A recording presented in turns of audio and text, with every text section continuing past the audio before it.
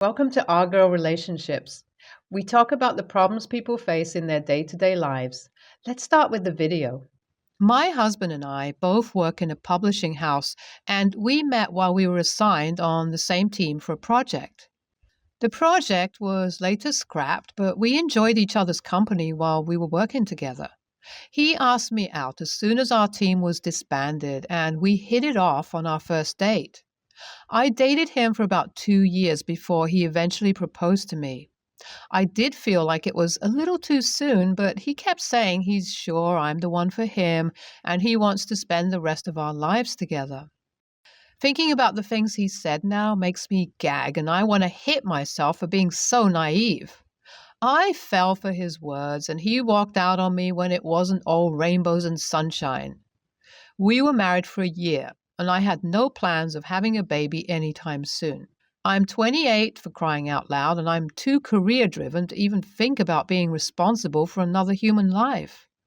I was nowhere ready to be a mom, but life doesn't always go as you plan. I found out I was pregnant. It was accidental and a shock that changed my life entirely. One day I was living my 20s like there's no tomorrow, and then suddenly I had to make the decision whether or not I wanted to keep the baby. No matter how much I hated the fact of being a mother or how not ready I was, I couldn't just decide on a whim to abort the kid, and it wasn't completely my choice either. Of course, I had the final say, but my husband got to weigh in on the matter. It took us about a week to process the information that I'm actually pregnant, and then the fight started. I wasn't ready and didn't want to be a mom. My primary reason was my career. I took up the position of head manager for our editing team, and my husband started working under me. That in itself was a source of some tension between us. Then we disagreed on whether or not to keep the child. My husband said it's the right time and he wants to be a father. He kept saying how much this means to me and I should think about our family too. I, on the other hand, kept thinking that if I had the baby, I'll have to take a break from work. And the first year as a new head is a crucial one. Moreover, how could I bring a kid into this world when there was a chance I might not be able to be the best mom? Doesn't that innocent unborn child deserve a good family? So we kept circling around the same points and kept fighting. Eventually, he said that he'll be a stay-at-home dad, and I wouldn't have to give up on anything. He said he'll take the leave so I could return within a month. He kept saying how this family is above everything else for him, and eventually we decided to have the baby. I noticed things started to change in the 7th month of my pregnancy. My husband was beginning to alienate from me and would work overtime. I questioned him a few times about his behavior, but he kept saying it's all in my head and it's the hormones making me delusional. I was a fool to believe maybe it really was just my messed up pregnancy hormones and I'm overthinking things. It was true because I had nothing to do at home all day. I kept watching Netflix and ordering food. The only time I was active was during the yoga sessions, so I ignored all his behavior and tried to control my mood swings too. I was also feeling guilty because my husband had to deal with my mood swings, which were quite a wild ride, to be honest. Well, I gave birth 3 weeks ago, and I realized my relationship has gone past the point of saving when I was alone at the hospital. If it wasn't for my mom and my BFF, I wouldn't have made it through the delivery. We kept calling my husband, but he didn't pick up his calls, and his phone eventually went off. The whole time, post-delivery in the hospital, I kept thinking about what could be the reason that he couldn't even manage to tell me. I went through anger, pity, and depression all at once. At one point, I was ready to kill my husband on sight, and that actually created some problems with my health. Because the doctor has clearly instructed me to not stress yet. That was the only thing I was able to do. When I came home after a week at the hospital, my husband came back. Both my parents and my friend were with me when he told me that he has been thinking about our life and he has decided he wants out of this. He said now that he's a father, he realized he can't take responsibility for a child. He can't give up on his job and his life. He said the last few months were miserable and that made him see he doesn't want to live this kind of life. That was enough to send me over the edge because I charged at him, and if not for my dad holding me back, I would have definitely broken his jaw at the very least. But I'm glad my dad held me back because I avoided a lawsuit there. I was pissed because he was the one who said he'd shoulder everything so I don't have to completely give up on my life. He said we'll be a family and I wouldn't ever be alone and he couldn't even make it through the pregnancy. But I wasn't going to just sit back and let him have his way, so I did the only thing that was under my power. I was the head and he worked under me. I had full power to choose my team, so I fired him. The publishing house was a small sublet of a Penguin house, so the entire office was managed by the senior manager, who's the only one above me. It was a good thing he let me handle the hiring and laying off process. Anyway, that was 3 weeks ago. I wrote here today because my husband came back crying to me. Word travels fast in our industry, as not a lot of media houses are active nowadays. I guess he was having trouble getting a job, and after I filed for divorce, he knew childcare alone would make him go broke. So he crawled back to me apologizing for his behavior. He said he was confused and didn't know any better, but I didn't believe a single word out of his mouth. I told him there's no way I'm taking back the divorce case or letting him come back into my life. I didn't think about my daughter, who is going to have to grow up without a father, and kicked him out of my house. Am I an a-hole for doing that when he did come back, or did I go too far in punishing him? In my opinion, he deserves everything that's coming his way, but I need a third person's opinion who isn't involved personally in our lives. So, a lot of you are saying I'm a doormat and an a-hole. I know what my faults are without you pointing them out. I did listen to my husband, and that's where it all went wrong. It's true that I was neither ready nor wanted a baby yet in my life, but that doesn't mean I never wanted to start a family. My husband did convince me to keep the baby and start a family, but now that he's gone, I'm in no way going to abandon my daughter. I love her, and she's my responsibility. Yes, I regret that I have to make a lot of sacrifices for her, but just because I'm regretting some things, it does not mean I'm going to let her starve to death. In the end, the choice was mine, and I'm going to see it through. As for my husband, he can rot for all I care. He did try to contact me a few more times, but I've blocked his number. The only time I'll talk to him will be in front of a judge and my lawyer. He made his choice, and no amount of crying, pleading, and apologizing is going to change it. I was not sure if I'll be able to raise this child alone, but thankfully I have people in my life who are willing to step up and help me out. It was getting harder for me to look after Emily, that's what I named her, while recovering from pregnancy myself. I ended up breaking down in front of my mom, and she decided then and there that she's moving in. I was so grateful to her because I'm the kind of person who'd never ask for help and would only accept it when it's offered. My mom knows that about me and didn't even leave me a choice in the matter. Since she started staying around 24/7, I was able to catch a break. It's been 2 months since I've joined back at the office, but for the first 6 weeks, I was mostly working from home. Now that my mom is around, I'll be able to go back in person and have a better handle on things. I was afraid that I'll have to quit altogether for a while, but I'm glad things are working themselves out. My divorce is still hanging in the air, though. After my husband realized that I'm not going to take him back, he started fighting for the custody of Emily. I guess he was thinking he'll be able to negotiate with me like that, but I'm not backing down. Both my parents and my friend were there when he declared he doesn't want to be a father. and they testified for it. I just wish this cursed case wouldn't drag out anymore and I can get him out of my life permanently. I finally got the divorce and custody of my kid. I refused to back down, and I think my husband was losing a lot of money over this, so he finally agreed to let me have full parental rights. He gave up on any kind of visitation rights and said he doesn't want anything to do with Emily.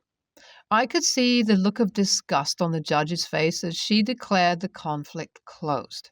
Now, the only thing that connects me to my ex-husband is the monthly childcare he'll be transferring to my bank account, and I couldn't be happier about it. Finally, he's out of our lives, and I can start healing and moving on. NTA, that man deserves nothing less than the absolute worst. You're not the a-hole, and consider yourself lucky for dodging a bullet. NTA, I know from experience how manipulative some spouses can be, but you should be happy that you found his reality sooner and didn't waste 12 to 15 years of your life on him. My boyfriend and I have been together for 4 years. We lived separately. He was 30 and lived with his parents. I was 31 and lived with my 6-year-old. We had our baby in September 14th. The baby shower was sometime in August. His aunt decided to throw a baby shower for him. She said it would be a male's version of a baby shower. Men only, but that was a lie. She invited his mother, her daughter, his cousin, and herself, of course. She said I wasn't allowed to come. If it were men only baby shower, then why were those women there? Also, that would only make sense if it were a bachelor party. I was carrying the baby and I wasn't allowed to be there? All that my boyfriend said to me was that it was out of his control.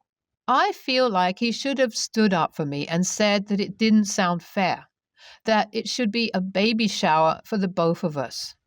Every baby shower I had been to always had both parents. Also, I didn't feel like he deserved a party looking like he's the father of the year because he didn't even show up to many of my baby appointments except for 2 of them. One was when we found out the gender. It was on my birthday, but he had to leave shortly after the appointment because he was spending the day with his mom. On my birthday. Also, they lived together. Another appointment he came to was a 3-hour glucose test, but he spent half that appointment on the phone with his mother.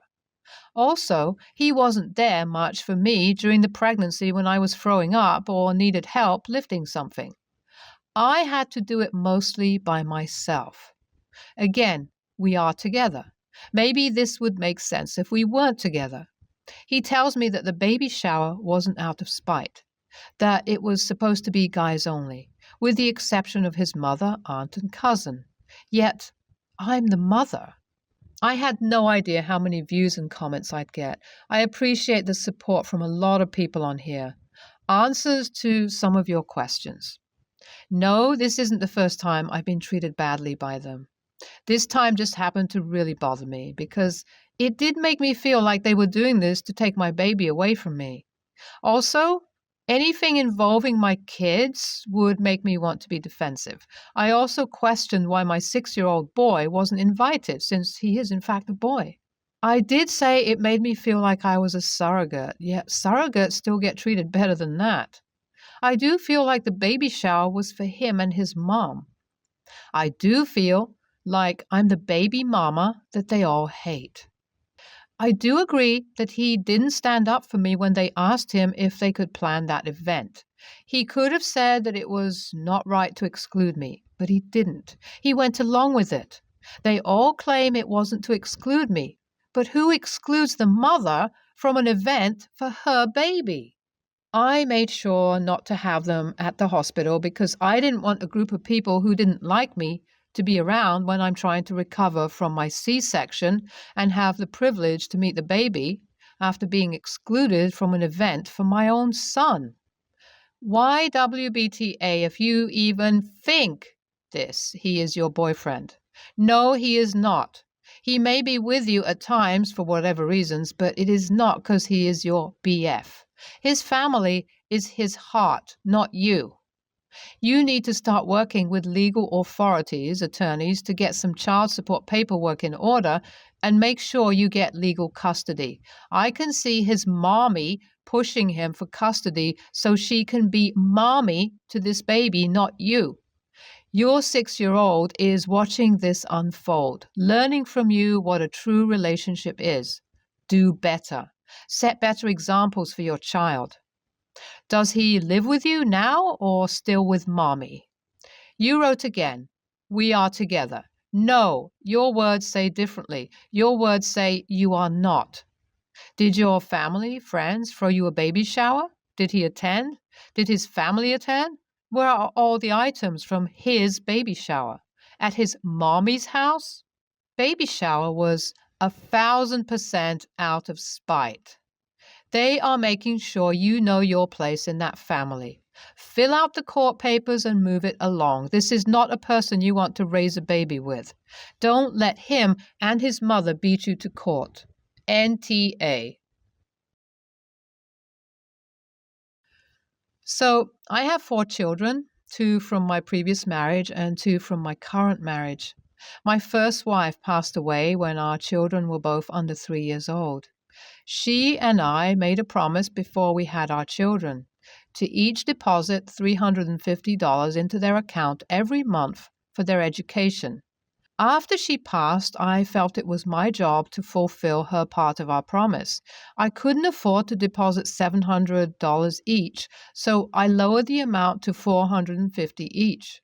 I also do the same for my 2 other children, though the amount is $200. My current wife had no problem with the amount I gave my children and ours. However, when I increased the amount to $550 for my children and $250 for ours, she did have a problem with it. She finds it unfair. I gave my 2 older children $100 and our 2 other ones just $50. I explained to her why it's $100 more for my 2 oldest. Their mother is no longer alive to fulfill her promise, so I'm doing it for her. It's $50 from me and $50 from her. She still thinks it's unfair and finds it annoying that my dead ex is dictating our finances. She said I should treat all my children equally and give them an equal increase. I explained again that I'm their only parent and they only have me to save up for their future. Our children still have 2 parents to save up for them. I told her she could add the other $50. I also told her that I didn't appreciate her calling her my dead ex. She's not an ex. She's still my wife. I told her that I find it weird that she is so intimidated by someone that is not alive. She screamed at me after I told her that, and she stormed off and hasn't spoken to me since Friday. I'm having some doubts about my decision now. It might sound fair in my head, but my younger 2 might feel they're being treated unfairly. I might have also gone too far by saying she felt intimidated by my first wife. I was just a little frustrated, so AITA for giving my oldest 2 more money? NTA, your wife calling your deceased wife your dead ex is a massive red flag. She probably let it slip out of anger, but nonetheless, she clearly has some built-up feelings on the matter that she's held in for a while. I don't know how other financial matters are arranged in your family, but I don't think you're wrong for wanting to pay what your previous wife would have contributed. I think it's very sweet, and I find it really unfortunate that your current wife does not see it that way. In my opinion, YTA, the agreement for her to contribute to her children each month was appropriate when she was alive. Now that she's not, you took it upon yourself to continue doing the monthly payments. You are continuing the tradition. She is not here to contribute herself. You now have a new wife who apparently is not doing monthly payments toward the kids. Any money you're earning today is with your new wife. Your kids absolutely will not understand why half of them get substantially more money. They will think you only care about your first two kids, and your wife is right to be upset. Do it equally or not at all. It would be one thing if your wife left money behind. That would absolutely be appropriate to give to her kids only. But to go out of your way to ensure your kids get more of your money is an move, YTA. Your new wife is contributing $150 to her kids only. That means you should only consider $150 more for your kids after your contribution among all children is exactly the same amount. The base pay that comes from you needs to be equal. Then wife payments considered after. YTA because your contribution is purposely higher for your two first children, and you are using your deceased wife as an excuse. YTA. YTA. The promise to the first wife was not contingent on it needing to be 700. It was the principle behind it that it should be for education, but you have 4 kids now and they should be treated equally. It's unfair to give the 2 youngest less, and you know this. You don't need me to tell you that. The whole 2 parents of the other 2 things, I don't buy either. Don't you have joint finances? I can see why your wife is pissed.